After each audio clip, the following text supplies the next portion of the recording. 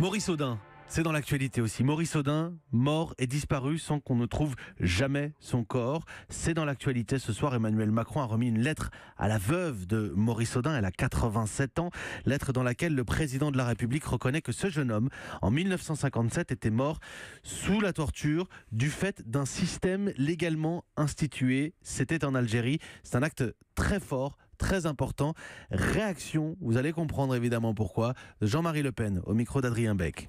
Ça vient comme un cheveu sur la soupe. Pourquoi brusquement M. Macron s'intéresse-t-il au cas particulier de M. Audin? Je n'en sais rien. C'est un événement qui s'est produit il y a 60 ans, très particulier, ignoré de l'immense majorité des Français. Ça peut être un clin d'œil vers la gauche.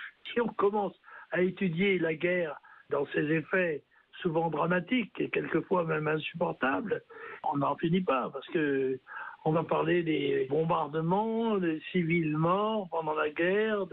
Ça me paraît extravagant.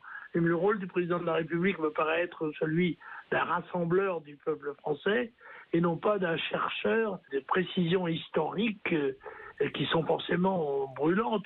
Jean-Marie Le Pen, vous le savez évidemment, vous connaissez aussi son parcours sur l'Algérie. Ça rouvre pour certains des plaies, des questions délicates, et c'est important. Ça méritait d'être à la une ce soir aussi. C'est la première fois que l'État reconnaît officiellement, que l'État français reconnaît qu'il a permis en tout cas la torture.